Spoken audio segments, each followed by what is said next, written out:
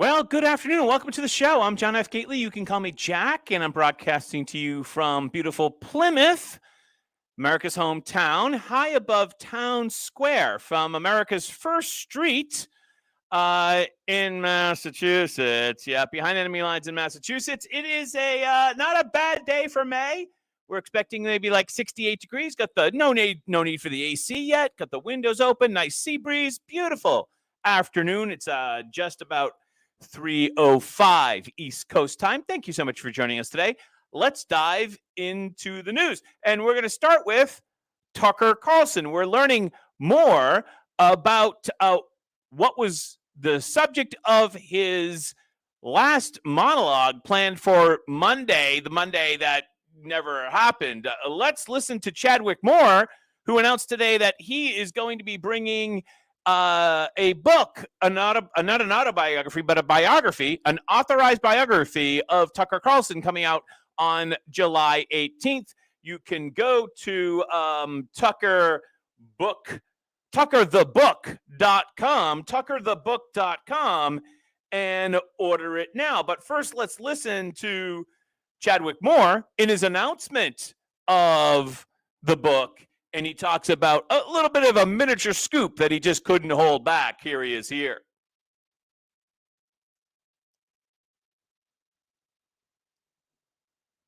Just wait for it to queue up. Hold on a quick second. Come on there, Chadwick. You can do it. Come on, iPad. All right, we're going to have to hit refresh and let me play it again, maybe. iPad, come on. Hey guys, Chadwick Moore here. I'm the author of a new biography about Tucker Carlson titled Tucker. I have spent the last year researching and writing this book. And during that time, I've gotten to know Tucker, his family, his friends, and his staff very well. In fact, I've gotten to know Tucker the person, not the caricature that his enemies try to portray. I was working closely with Tucker when he was taken off the air by Fox. And as some of you know, I was also a regular on his show. And I happened to be a guest on the final episode of the show, which was on April 21st. I've also seen the monologue that Tucker planned to deliver on Monday, April 24th, before his show was abruptly taken off the air. That monologue dealt with, among other things, investigations around January 6th, and particularly Ray Epps, the only person captured on video inciting people to violence at the Capitol that day, and allegedly an FBI informant, who still has not been arrested or charged.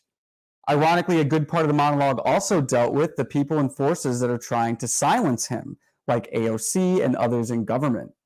It has now been reported that his firing was a condition demanded by Dominion as part of the settlement with Fox. Although Dominion has denied this, my sources have intimate knowledge of the situation, and they have assured me, even before this news leaked, that that is, in fact, the truth. If that is true, it would mean that a small group of people who have a controlling interest in Dominion have managed to silence what is arguably the most important and influential conservative voice in the country, possibly until after the next president. So what Chadwick is saying is that his monologue, once again, was going to be about Ray Epps and January 6th, and we've kind of learned so far that Fox is uncomfortable with that topic, to say the least.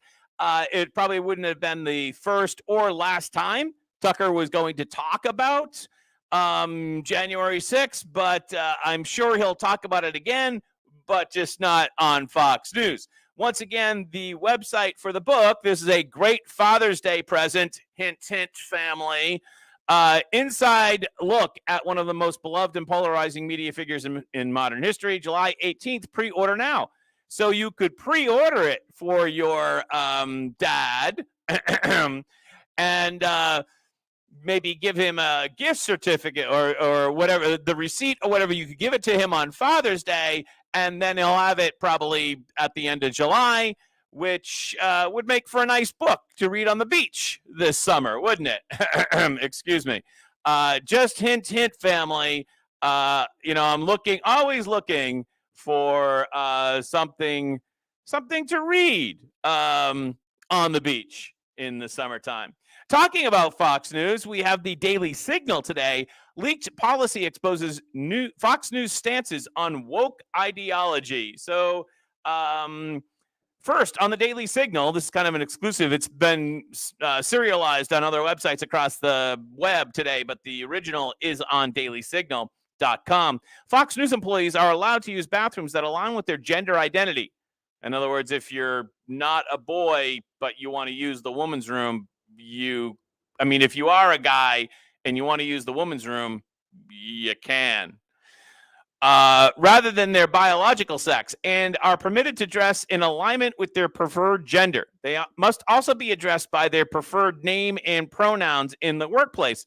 You'll remember that as part of the attempt to kind of smear Tucker, he said that if you're using pronouns in your bio, you should probably not work here. Remember that? That came out, and that was designed to make Tucker look bad, but actually it made Tucker look better. But apparently that's what the policy is at Fox. If you want to put his, him, or whatever in your pronouns, you can, even if they're grammatically incorrect.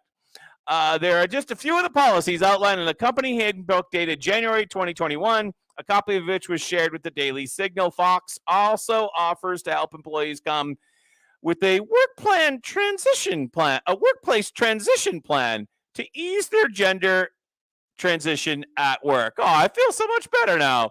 The revelations come among conservative consternation at Fox Digital's use of activist language like gender affirming care, which is obviously a lie. That's just like saying Inflation Reduction Act, not applicable. It's the exact opposite, right? Affordable Care Act. It's neither affordable or care. As well as the site's consistent use of female pronouns for biological males. Like Dylan Mulvaney is not a she. Dylan Mulvaney is a biological male.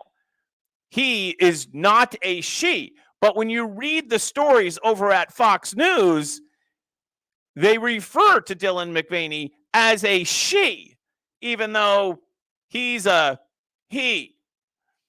Yeah. They also do the same thing, I think, at the New York Post, which I think we'll bring up that article later in this show. Plus, Will Thomas, they also use the wrong pronouns for Will Thomas. They refer to Will Thomas as a she, but Will Thomas is a he. Fox News drew backlash in June 22 for an on-air segment praising a child's gender transition as an inspiration to others. That segment briefly depicted California State Senator Scott Wiener, the far-left Democrat. Yeah. All right. We're all set with that. Basically, they're saying, Daily Signal, nice job on your part, that Fox is as woke as they can be. As woke as they can be. And that's not that big of a surprise. They're all in on the Ukraine thing, of course, as you know. And they got rid of Tucker Carlson, who was the best spokesperson for our point of view, for Team Reality, as I like to call it. I love that, by the way, when a Team Reality, if you're not signed up for the Coffee with COVID newsletter, I think he uses that phrase quite a bit, Team Reality. I would strongly recommend the Coffee with COVID, Coffee and COVID newsletter, written out of Northern Florida, I think. Hey, what do you know? Politico is spinning that the Republicans are obstinate when it comes to the debt ceiling negotiations. Jonathan Lemire, whatever his name is, U.S. stands on the precipice of financial calamity, testing whether President Biden's theory of governance can continue to work. All right, well, wait a second. Nothing that Biden has done has worked to begin with. So right off the first sentence, this is a lie. But we continue. He has prioritized deal making throughout the debt ceiling talks, but with GOP obstinate, Biden is changing tactics. He has not prioritized deal making during these budget talks. All you have to do is flash back to a couple of weeks ago and listen to Karine Jean-Pierre, or whatever her name is. Here she is here. No, not at all. He has been very clear. We are not going to negotiate over the debt limit. That is something that Congress should act on. That is their constitutional duty. No, not at all. He's been very clear. We're not going to negotiate. Who's being obstinate? This is, by the way, from May 12th, just 10 days ago. They're being obstinate. They're the ones that aren't negotiating and haven't been negotiating up until very recently. I understand that Biden called McCarthy on his way back from Japan. I'm not sure if Biden even knew he was actually making the phone call, but he called McCarthy. There's some movement, incredibly slim movement, but at least they're talking. But up until very recently, the White House position was, no, we're not going to talk. We're not going to talk to Republicans. They have to pass a bill, which I believe the House has already done. And they were just like, not, they just almost pretended it didn't happen. Because that's their motive operandi, right? Emily Domenech. How do you say her name? Emily. Prioritized deal making by not meeting with Republicans for almost 100 days. Laugh out loud. Exactly, Emily. Right? Once again, the White House gaslighting. I hate that phrase, but they're gaslighting you again. I love even the first sentence. Testing Biden's theory of governance can continue to work. The assumption is that it works to begin with. That's hilarious. Where do these people come from? It's just absolutely amazing. In the meantime, by the way, what's more important than anything, keep in mind, is Ukraine might run out of money by September. Oh my God. The U.S. might default. That would be bad. But if Ukraine runs out of money, holy smokes, we can't let that happen. Defense1.com. U.S. aid to Ukraine on track to run out in September. So what we see here is a guarantee that the debt problem will absolutely positively be solved before September, because by then, Ukraine would run out of money. And that would be the worst, right? Heaven forbid they'd run out of money. So no matter how long this debt ceiling thing is going to go on for, it'll absolutely be over by the end of August. It will be solved by September, because that's when Ukraine would run out of money. In Washington, some are beginning to wonder what Biden is waiting for. This is a couple of days old, but it's very worth it. At least we now know the absolute end of the debt ceiling problem will be the end of the summer, because that's when Ukraine runs out of money. Since the Russian Federation invasion, blah, blah, blah, blah. I don't even think we're going to get into this. I think the point has been made. Thank you, Defense One. I want to talk a little bit about Vivek Ramaswamy. Forgive me, Vivek, for mispronouncing your name. I should probably know what it is. But I went up to see Vivek, which he was 45 minutes late and did not apologize for. And I understand political candidates can run late, but if you're late, you should always apologize to your audience. He never did. But nonetheless, he did go to the south side of Chicago, because in Chicago, they are very upset, and properly so, for the fact that there's a lot of illegal immigrants being bussed into Chicago, just like they're being bussed into Denver and New York and elsewhere here in Massachusetts. And they're displacing resources that were supposed to be used for Americans. And so Vivek, 2 thumbs up for this. He actually went to the south side of Chicago, which is not a place that normally you would see a Republican candidate for the United States presidency go. And here he is. I think this is the film I want to bring. Here he is at a barber shop in the south side of Chicago. Let's hit play. I do believe in being a good neighbor, but I also believe in being a good steward. So a lot of the benefits that the migrants have been receiving, African Americans in this city have not been receiving the same type of benefits. When it comes to housing, when it comes to school, just when it comes to a lot of different perks and benefits. Yep. My question to you is, and the South Shore High School, as you know, is going to house possibly thousands of migrants, right? Yeah, we're going there next. A lot of our neighbors feel away about that. My question to you is, how would you handle that situation? How would you handle the influx of migrants? So if you can't hear it above the buzz of the barbershop, he's asking, how would you handle the influx of migrants? Don't you? I love barbershops, and this one looks pretty cool.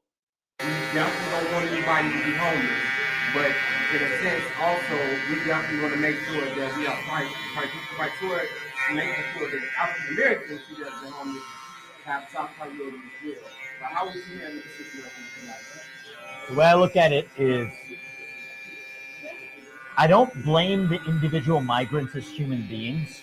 I'm going to preface it by saying that. If I was in their position, living a tough life in Honduras or Nicaragua or Mexico, maybe I'd be doing the same thing. But we live in a nation here, and we have to put Americans first. That's what it means to govern. So I would, Joe Biden, you got your new mayor here. They dance around this. I say we actually secure the border. We use the military not to secure somebody else's border halfway around the world in Ukraine or wherever else. Use our own military to secure our own border. And for people here whose first act of entering this country broke the law, treat them humanely, treat them respectfully, but you have to go back and come back through the legal process if you're going to come at all. And then the last piece was $7,000 a month per migrant is what they're spending.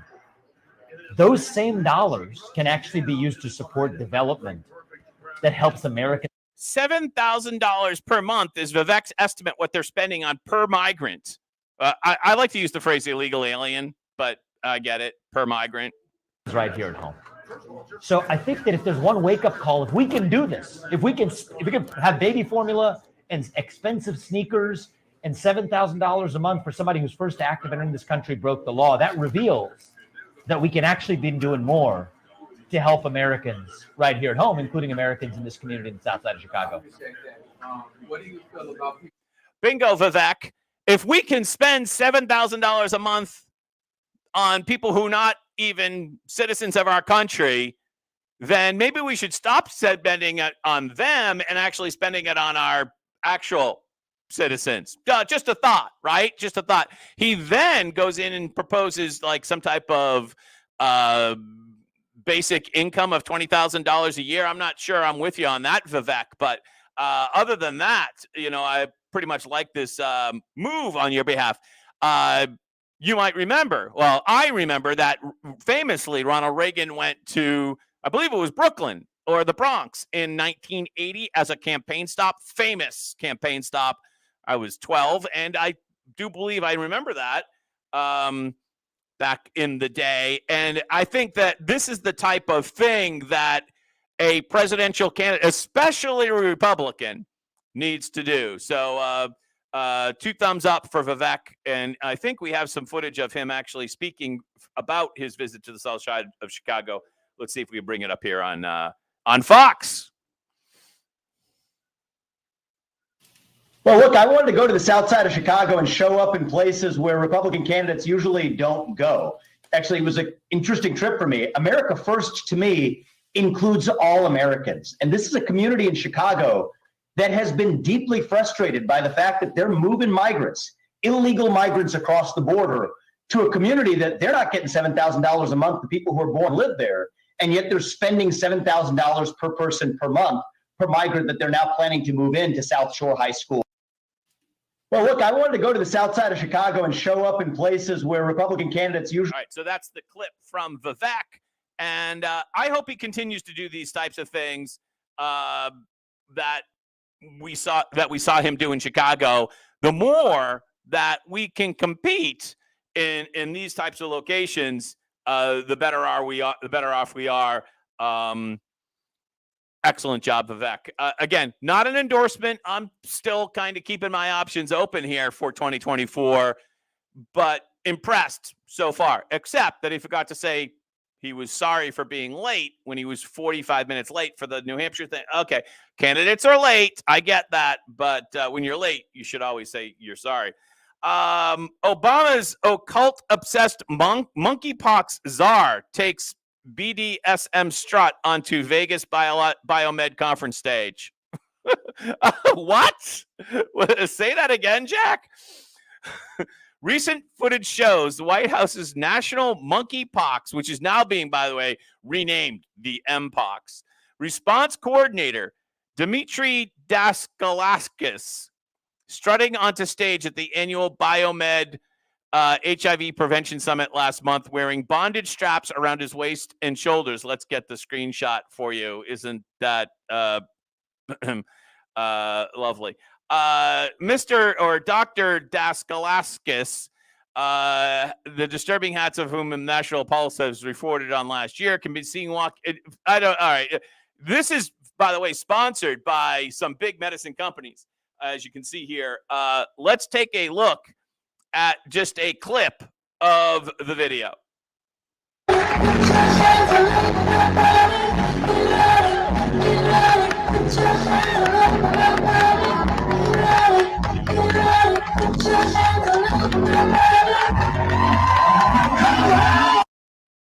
All right, make it stop, please. Oh, God. So this is an actual, in his function as a U.S. government official, this is a government, this is not on his private time, Saturday night out at some bar. This is him representing the United States government at a biomedical conference.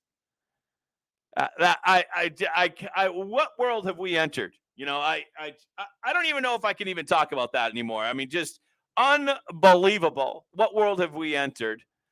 It's just like, I've never thought that growing up in the 70s and 80s, I never thought we would get to where we are today. I mean, this is just absolutely insane. And it goes back to, since we're talking about it, what Tucker said at Heritage the weekend before he got fired was that we are not having a debate about marginal tax rates or how to spend the peace dividend. We're having a debate about between good and evil, between pro-American and anti-American. And I didn't even want to show the footage, but man, that was your U.S. government official at an official government function.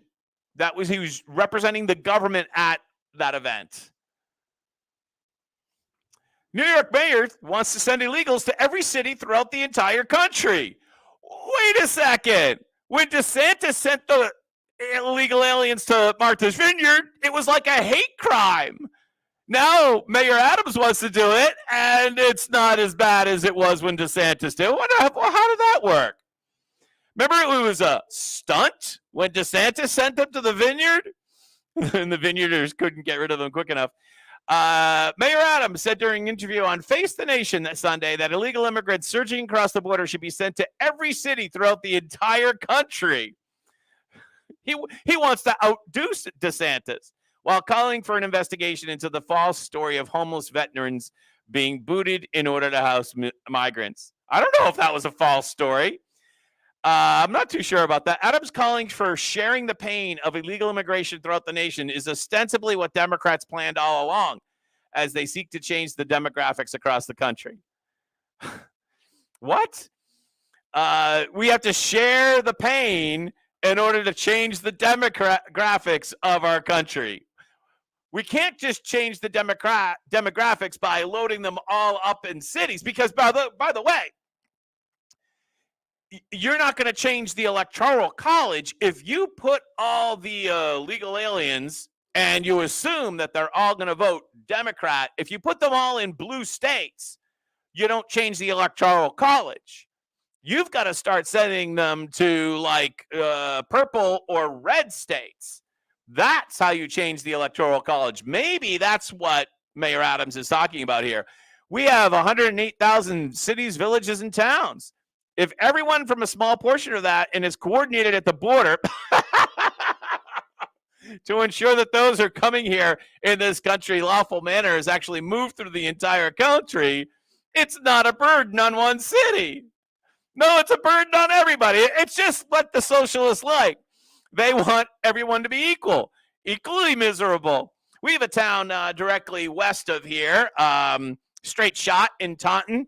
And they have basically taken over, I think it's the Clarion Motel or Hotel, whatever it is, the Clarion in Taunton, all illegal immigrants, the whole place.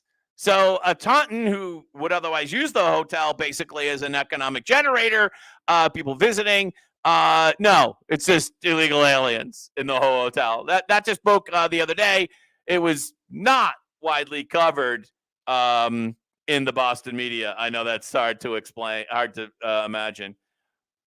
We have a video from Mayor Adams, but I don't know if we need to watch the whole thing. A Democrat. Mr. Mayor, good morning to you. Good morning to you as well. You said that the president and the White House have failed New York City and that you don't have access to federal dollars to deal with the migrant crisis. But the administration reportedly has pledged $30 million to deal with those arrivals. Why the discrepancy?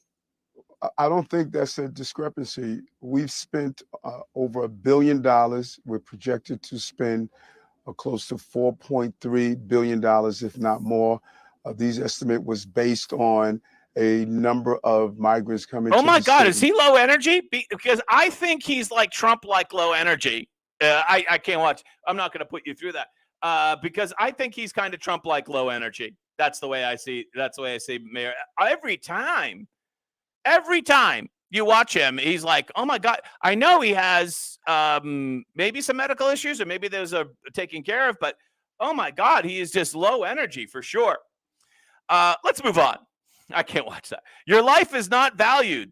NAACP president doubles down on Florida travel ban. So if you're not aware, late last week, the NAACP issued a travel ban to Florida. And the president of the NAACP, Derek Johnson, showed up on CNN again this morning to double down on the travel ban, which is hilarious. Well, the governor has perfected the art of doing stunts to gain campaign contributions. Unfortunately, this will impact people's lives.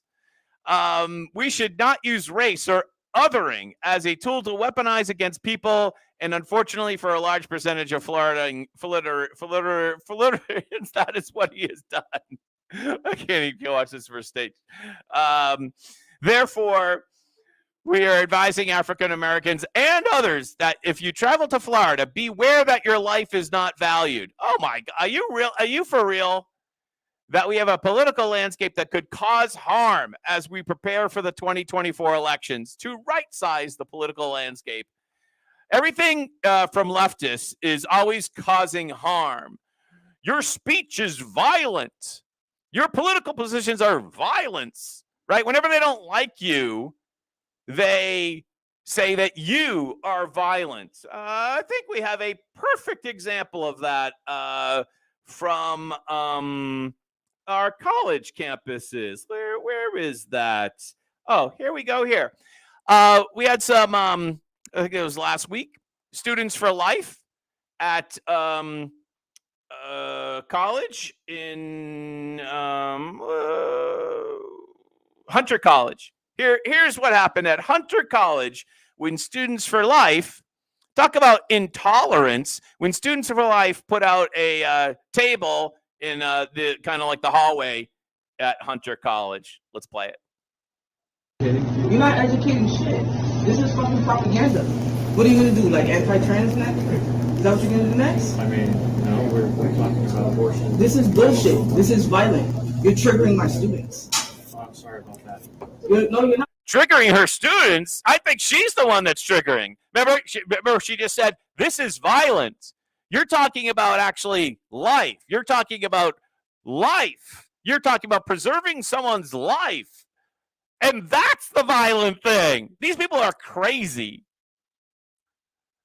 Because you can't even have a fucking baby. So you don't. Right. And so if you're a male, you don't get a vote. According to these people, who is a threat to democracy? Right? If you're a male or you identify as a male, you can't speak on pro-life issues. So who's the real threat to democracy? Know what that is. You don't even know what this is. Get this shit the fuck out of here, yo. Fuck this shit. That's the tolerant left for you. Thank you, Students for Life at Hunter College. Way to stand your ground, and I hope that you're right back there today after or in that hallway. According to that video, you really acquitted yourself well, stood your ground, were calm, and didn't respond, didn't take the bait. Nice job on your part, Students for Life in Hunter College. Nice job. All right, so talking about college, it's Harvard commencement and graduation this week here in Massachusetts. And imagine this. Imagine if at Harvard University on Tuesday, May 23rd, which is tomorrow, there was an affinity celebration honoring white graduates. Because tomorrow there is an affinity celebration honoring black graduates. There's also an affinity celebration honoring Latinx graduates with an X at the end. Not Latino, but Latinx, which is not even a word. But those are events that are happening tomorrow at Harvard University as part of the commencement graduation thing. Imagine if there was actually an affinity celebration for white graduates. You see, this is what happens when you boil everything down to race. You separate the country, which is exactly what they want. The last thing they want are people to be united, which is why I actually highlighted Vivek in this show, because he's a Republican talking about values that we all as Americans should share.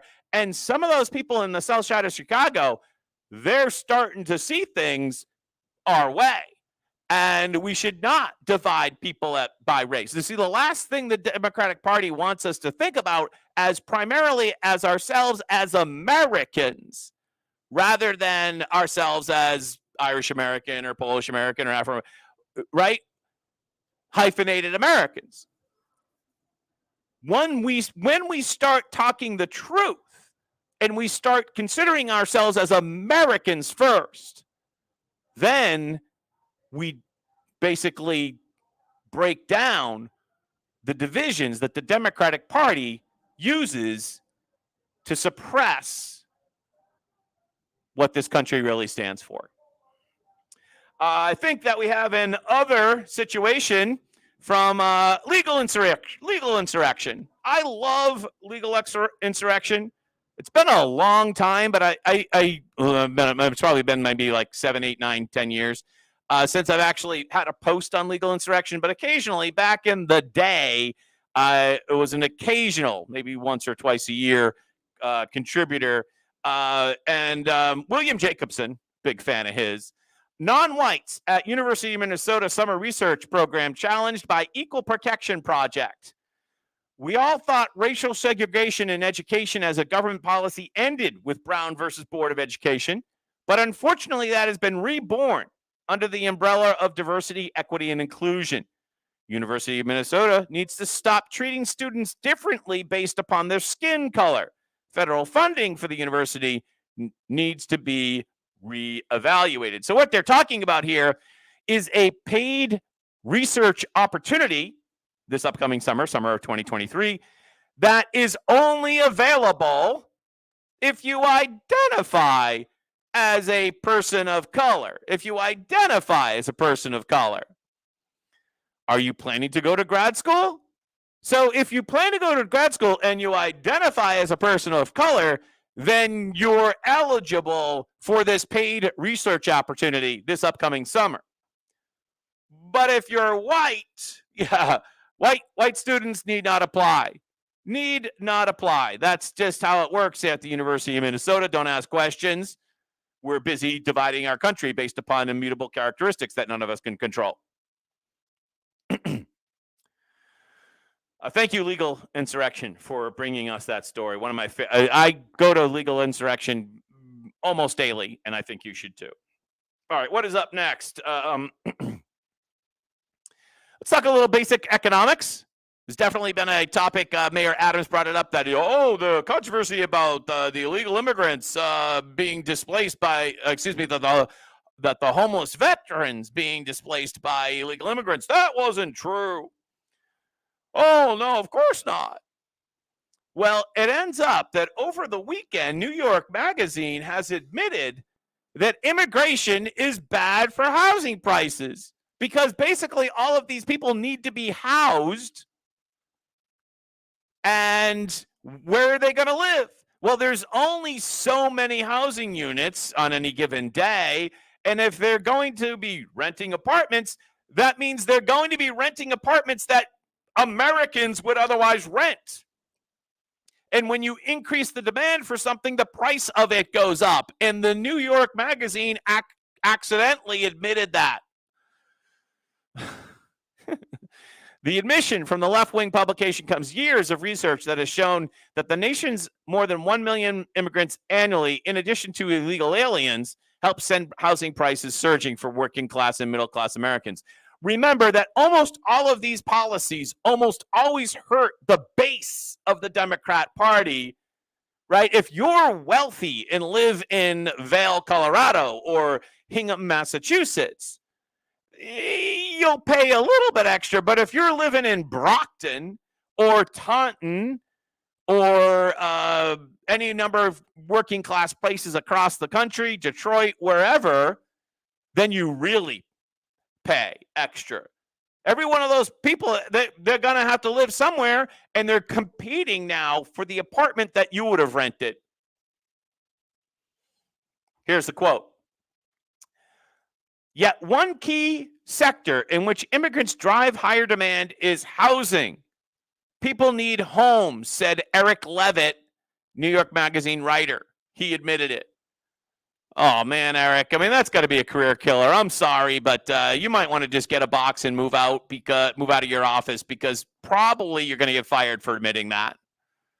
Right? Right? The left, AOC is not going to be happy with you.